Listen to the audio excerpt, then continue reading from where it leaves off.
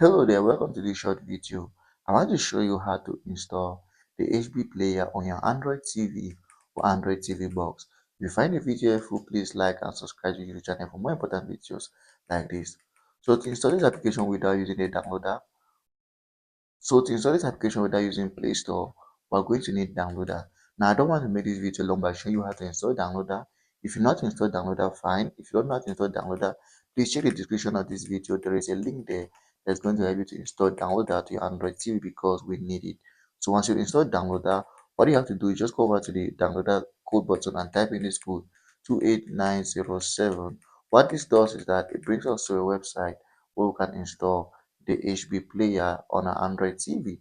So here is it, it's called firetvsticks.com. And I want to say kudos to Tan on YouTube for creating this website. It's such a helpful website for we Android TV users. So once you go over here, there are categories of various applications that you want.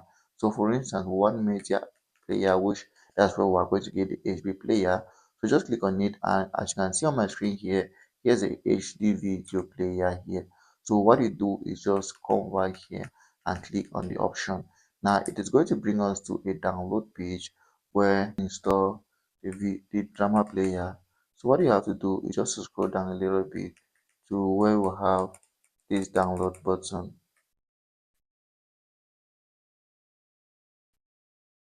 So here is it over here. Go over here and click download, and the application is going to start downloading straight away. And you can just wait for it to quickly download, then we install to Android TV.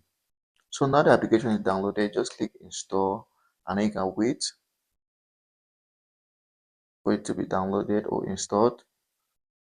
So it's currently installing. Once it's installed, just click done. It's the app file from your Android TV.